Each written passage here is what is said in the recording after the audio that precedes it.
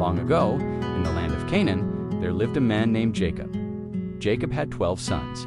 Each son was different, with their own strengths and personalities. But among them all, one son stood out, Joseph. Joseph was born when Jacob was old, and Jacob loved him deeply. Joseph stayed close to his father and listened carefully to him. But this special closeness would soon create tension in the family. One day, Jacob gave Joseph a very special gift, a beautiful coat of many colors. It was bright, rich, and unlike anything his brothers had ever seen. This coat showed everyone that Joseph was deeply loved. Joseph felt special, but his brothers felt something else. They felt hurt, they felt overlooked, and slowly, jealousy began to grow. One night, Joseph had a dream. He and his brothers were tying bundles of grain in a field. Suddenly, Joseph's bundle stood upright, and his brothers' bundles bowed down to his. Joseph shared the dream. But instead of understanding, his brothers became angry. "Do you really think you will rule over us?" they asked. Then Joseph had another dream. This time the sun, the moon, and 11 stars bowed down to him. He told his father and brothers. Even Jacob was surprised, but he kept the matter in his heart. God was showing Joseph something, but the journey to that future would not be easy. One day, Joseph's brothers were far away tending sheep. Jacob sent Joseph to check on them. When they saw him coming, they said, "Here comes the dreamer." Their jealousy turned into action. They threw Joseph into a deep pit. Then, when traders passed by, they sold him for 20 pieces of silver. Joseph was taken to Egypt, far from home, far from everything he knew. In Egypt, Joseph was sold to Potiphar, an officer of Pharaoh. Even as a servant, Joseph worked faithfully, and the Lord was with him. Everything he did prospered. Soon, Potiphar trusted Joseph with everything. Joseph rose from servant to leader of the household. But trouble came again. Potiphar's wife tried to tempt Joseph, but Joseph refused. He chose to honor God. One day, she grabbed his garment. Joseph ran away. He chose to do what was right even when it cost him. But she lied about him, and Joseph was sent to prison. In prison, Joseph remained faithful.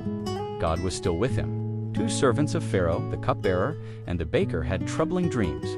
Joseph said, "Do not interpretations belong to God?" He explained their dreams, and everything happened just as he said.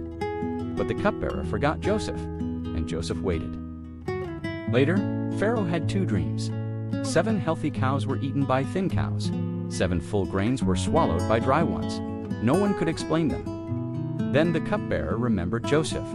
Joseph was brought before Pharaoh, and Joseph said, "God will give Pharaoh an answer," Joseph explained. 7 years of abundance were coming, followed by 7 years of famine. Pharaoh believed him. Pharaoh made Joseph ruler over Egypt, second only to himself. Joseph stored food during the 7 good years. He prepared for the famine. God had lifted Joseph from the pit to the palace. Joseph also built a family in Egypt. He married and had children. God was restoring what was lost. When famine spread, Joseph's brothers came to Egypt for food. They bowed before him, just like in his dreams, but they did not recognize him. Joseph recognized them. He tested their hearts. Had they changed? Joseph could no longer hold back. He wept and said, "I am Joseph." His brothers were afraid. But Joseph said, "You meant evil against me, but God meant it for good." He forgave them. Completely, Joseph asked them to bring their father. Jacob could hardly believe Joseph was alive, but soon he traveled to Egypt. When Joseph saw his father again, they embraced and wept. Years of pain turned into joy.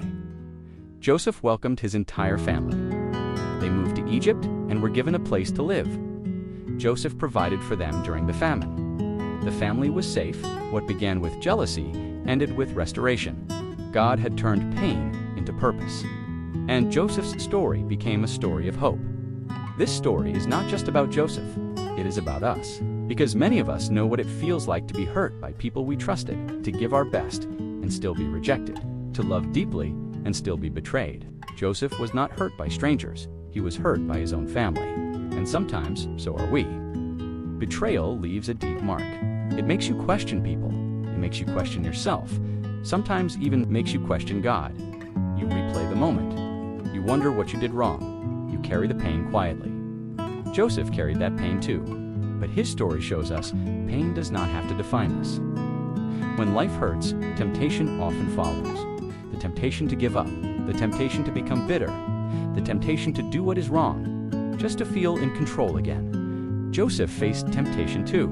In Potiphar's house, he had a choice. Do what feels easy or do what is right. And Joseph chose God, even when no one was watching, even when it cost him everything. And we face that same choice today.